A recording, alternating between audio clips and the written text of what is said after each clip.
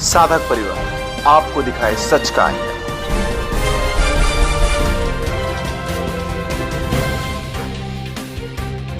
वो 87 वर्ष की उम्र में जो 12 साल पहले के हुए चीज़ों में एविडेंस क्या मिलेगा? 12 साल पहले किसी लड़की के साथ कुकर्म हुआ, या तो फिर क्या ऐसा था कि लड़की बता नहीं सकती थी और वो अभी एक ही टाइम पे दो लड़कियां कैसे खड़ी हो गई? तो इसे साफ नजर आता है कि ये एक बड़ा षड्यंत्र है। ये षड्यंत्र बापू के प्रति नहीं है, ये षड्यंत्र हमारे धर्म के प्रति है, हमारे संस्कृति के प्रति है। जो विधर्मी लोग हैं उनका उद्देश्य है कि भारत को गुलाम कैसे बना जाए फिर से। उनके ऊपर नॉन बेलेबल एक नहीं 65 वारंट है, फिर भी उनको पकड़ा नहीं जाता है। अभी बापू जी का केस लो, 10 सालों में एक बेल नहीं, एक पेरोल नहीं, एक फरलो नहीं। क्यों?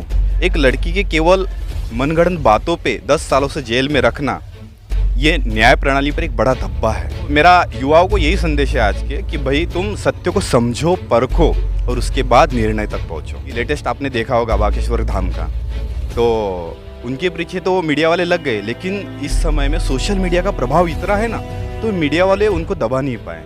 अगर ये सोशल मीडिया का प्रभाव बापू के समय होता ना, तो बापू आज अंदर नहीं बाहर होते। अभी बापू जी की उम्र है 87, तो 87 वर्ष की उम्र में जो 12 साल पहले के हुए चीज़ों में एविडेंस क्या मिलेगा? 12 साल पहले किसी लड़की के साथ कुकर्म हुआ, तो उस समय पुलिस नहीं थी, प्रशासन नहीं थी, या तो फिर क्या ऐसा था कि लड़की बता नहीं सकती थी और वो अभी एक ही टाइम पे दो लड़कियां कैसे खड़ी हो गई? तो इसे साफ नज़र आता है कि ये एक बड़ा षड्यंत्र है और इसको हिंदूवादी लोगों ने समझना चाहिए। ये षड्यंत्र बापू के प्रति नहीं है, ये षड्यंत्र हमारे धर्म के प्रति है, हमारे संस्कृति के प्रति है। क्योंकि संत है तो ही धर्म है, संत नहीं है तो धर्म का अस्तित्व हमें कौन बताएगा? धर्म की पहचान क्या होती? हम तो हमारे संस्कारी जो संसार की चीज़ें होती हैं उनसे ऊपर नहीं उठ पाते, तो बाकी चीज़ें हमें कौन बताएगा? तो हमें जागरूकता समाज में संत ही देते हैं। तो जो संत होते हैं वही समाज का उत्थान करते हैं। तो हमारे देश की नींव है संत। तो जो विधर्मी लोग हैं उनका उद्देश्य है कि भारत को गुलाम कैसे बना जाए फिर से। तो सबसे पहले टारगेट करो संतों को, और संतों को टारगेट करना बहुत इजी है। उनके ऊपर चारित्रिक लांछन लगा दो। समाज को क्या पता है? समाज को सच्चाई से कोई लेना देना ही नहीं है। अगर सच्चाई से लेना देना होता तो जो मीडिया ने इतना कुप्रचार किया तो किस बेस पे किया? उसके कोई बेसिस होने चाहिए ना, पर ऐसा कुछ नहीं है। अंधाधुंधी होती है पैसों के बल पे, टीआरपी के बल पे सब चैनल्स वाले को अपने हिंदू धर्मों के संतों को टारगेट करते और उनको बदनाम करते। तो मेरा युवाओं को यही संदेश है आज के कि भाई तुम सत्य को समझो, परखो और उसके बाद निर्णय तक पहुंचो। अपनी न्याय प्रणाली अपन विचार करें तो ऐसे हज़ारों केसेस पेंडिंग पड़े हैं कि आदमी ख़त्म हो जाता है, उसका केस ख़त्म नहीं होता है। अभी बापू जी का केस लो, 10 सालों में एक बेल नहीं, एक पेरोल नहीं, एक फरलो नहीं। क्यों? जो बड़े बड़े क्रिमिनल्स है, अपराधी है, वो खुलेआम घूम रहे हैं। उनके ऊपर नॉन बेलेबल एक नहीं 65 वारंट है, फिर भी उनको पकड़ा नहीं जाता है। और एक हिंदू संत, उसको रातों रात पकड़ा जाता है। तो जागरूकता लाने की आवश्यकता है हिंदुओं को अपने धर्म के प्रति। अभी लेटेस्ट आपने देखा होगा बागेश्वर धाम का, तो उनके पीछे तो मीडिया वाले लग गए, लेकिन इस समय में सोशल मीडिया का प्रभाव इतना है ना, तो मीडिया वाले उनको दबा नहीं पाए।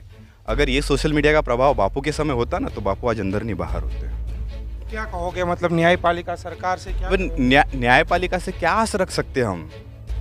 अभी 10 साल में एक भी पेरोल नहीं, एक बेल नहीं, तो क्या आस रखें न्यायपालिका से?